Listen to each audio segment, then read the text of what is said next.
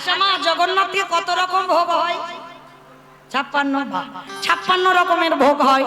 তা এই শালবে জগন্নাথের উদ্দেশ্যে মার মুখের কথা শুনে বলেছিল, হে জগন্নাথ, আমার তোমার মতো 56 ভোগ লাগবে না, আমি যতদিন বাঁচবো আমি যেন পকোড়াটা খেতে পাই। আমার পকোড়া মানে কি?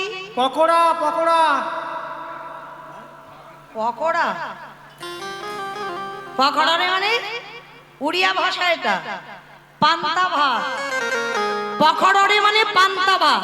আর এই 56 ভোগের মধ্যে বাবা জগন্নাথের খুব প্রিয় খাবার এই টক পান্তা।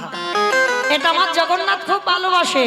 তো শালবেগ বলছে, জগন্নাথ, যতদিন আমি বেঁচে থাকবো আমি যেন পেট পুড়ে পান্তা ভাতটা খেতে পারি, মানে মুখে পকোড়া পেট পুড়ে খাবো, 56 ভোগরে নাইকো ভোরে।